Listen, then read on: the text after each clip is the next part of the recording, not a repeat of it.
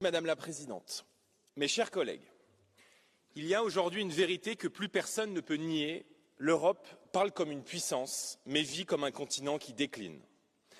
Pendant que Bruxelles fait des sommets, des stratégies et des slogans, nos usines ferment, nos ingénieurs partent et nos chaînes de production délocalisent.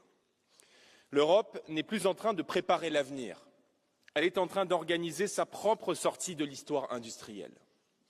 Au nom d'une vertu climatique devenue religion, vous avez renchéri le coût de l'énergie, asphyxié les entreprises sous le poids des normes, ouvert grand les portes de nos marchés à des puissances qui, elles, protègent férocement leurs industries. Le Green Deal est devenu pour des millions d'Européens le symbole d'un déclassement organisé. Moins d'usines, plus d'importations. Moins d'emplois industriels, plus de dépendance. Moins de production européenne, plus de produits chinois.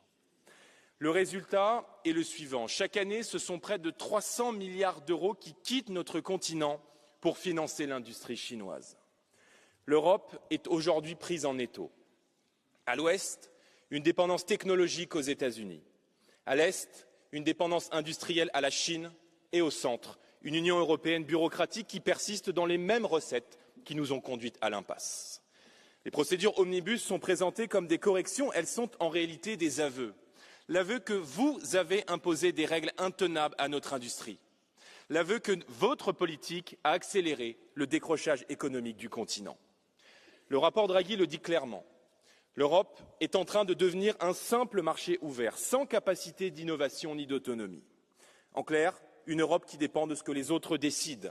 Voilà le véritable visage du modèle que vous avez bâti. Si l'Europe veut survivre dans le monde qui vient, il faut un changement de cap clair et immédiat.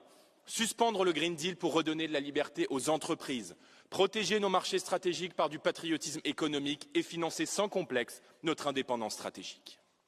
Dans le monde réel que vous ignorez, il n'y a pas de puissance sans production, pas de souveraineté sans croissance et pas d'avenir dans la soumission, la servitude et la faillite.